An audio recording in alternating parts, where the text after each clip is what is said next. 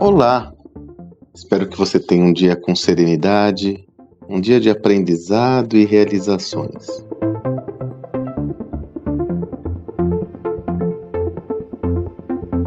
Ao longo dessa minha jornada, estudando a temática da transformação das organizações, sobretudo a transformação cultural, existe uma convicção que foi forjada ao longo do tempo, que só tem se fortalecido com as minhas experiências. Essa convicção, ela vem de uma visão fundamental para que todos nós tenhamos. A primeira perspectiva: não existe cultura boa ou cultura ruim. Não existe uma melhor cultura e outra pior cultura. O que existe são traços do sistema de pensamentos, do sistema de crenças de uma organização que estão mais adequados a dado contexto do que outros. Se nós entendermos essa lógica, nós tentaremos outra conclusão. Todos os traços e elementos de uma cultura sempre terão um lado positivo e um lado negativo. É o que eu chamo do conceito de sombra. Vou dar 2 exemplos em 2 projetos que eu realizei com 2 organizações totalmente distintas. Só não posso citar os nomes por motivos óbvios, né? São projetos realizados com a gestão da organização e com o compromisso do sigilo e da privacidade das informações. Numa delas era uma organização advinda de um fundador muito controlador. Muito controlador. Essa organização já tem 50 anos, já é uma organização longeva, muito bem sucedida, de mais de $1 bilhão de faturamento. Desde a sua fundação, esse fundador, que era muito controlador, fez com que a organização trouxesse um traço da sua cultura, que era a rigidez.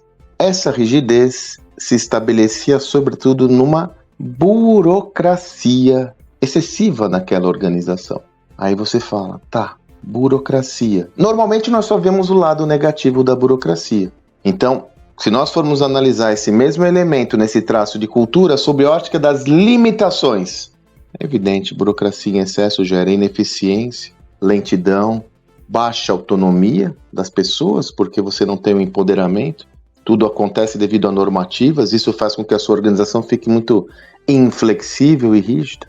Porém, se nós formos analisar a sombra da burocracia sobre a ótica das alavancas, a burocracia também lhe auxilia na escalabilidade das suas iniciativas, lhe auxilia na disciplina da execução, lhe auxilia a ter mais controle e segurança no seu negócio. Disciplina é um elemento essencial para o sistema de execução, a burocracia lhe ajuda nesse processo. Eu gosto de trocar o nome de burocracia pela institucionalização e formalização de processos, mas que no final do dia nós estamos no mesmo contexto. Dessa forma, a burocracia em excesso leva a ineficiência, lentidão, baixa autonomia. Porém, um contexto sem nenhuma institucionalização dos processos e baixa burocracia, você perde totalmente o controle e a segurança e tem baixa escalabilidade nas suas atividades. Vamos no segundo exemplo que eu tive numa organização, essa um pouco mais jovem, com 30 anos aí, uma organização do middle market, 500, 600 milhões. Essa organização tinha como uma das características uma excessiva amistosidade entre os componentes do grupo. Era uma organização que foi construída muito baseada na camaradagem, valores pessoais, a visão da família, sabe? Aquela visão da família, todo mundo é amigo. Claro que tem um ponto de alavancagem aí, as alavancas, qual é? Uma leveza, é uma relação mais virtuosa nos relacionamentos, uma tendência a ter uma organização mais afável, que seja muito acolhedora. Porém, se nós formos analisar sobre a mesma ótica da visão extrema, nós chegaremos ao ponto das limitações. Essa organização, como era excessivamente amistosa, é uma organização que não tolerava os conflitos. Não é que não tolerava, ela sequer tinha os conflitos, tudo era jogado embaixo do tapete. Ela zelava pelo protecionismo, pela complacência. Não haviam discussões relevantes nessa empresa. Por quê? Ninguém queria se indispor com ninguém. Ninguém queria entrar em dividida, usando uma palavra deles. Então, estava tudo muito bem. Se havia uma opinião contraditória, a pessoa não expunha a sua opinião em prol da amistosidade. De novo, o mesmo elemento da cultura, a amistosidade. De uma ótica extrema, ela leva a leveza, a relações muito acolhedoras, que levam ao engajamento. No outro extremo, ela pode gerar limitações numa organização sem conflitos. Qual que é a perspectiva mais clara que eu vejo, que nós temos trabalhado muito em organizações com conhecimento, mas também com algumas atuações proativas? Primeiro, você tem um nível de consciência de como esses elementos se consubstanciam na sua empresa.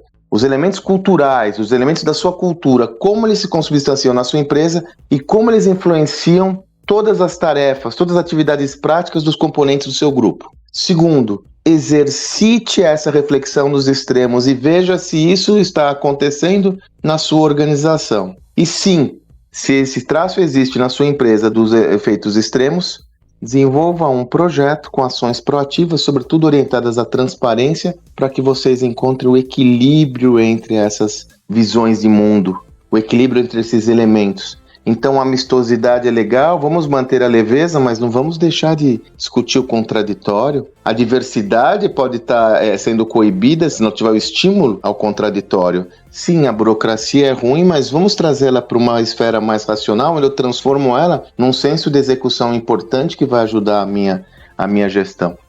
Então, mais uma vez, o caminho do meio, não é? Primeiro, nível de consciência. Segundo, exercitar esse nível de consciência na prática.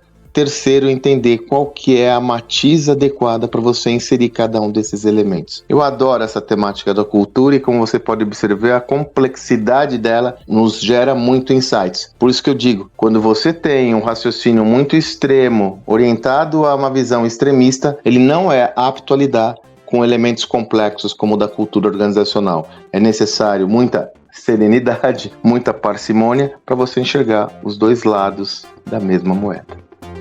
Espero que você tenha um excelente dia e até amanhã.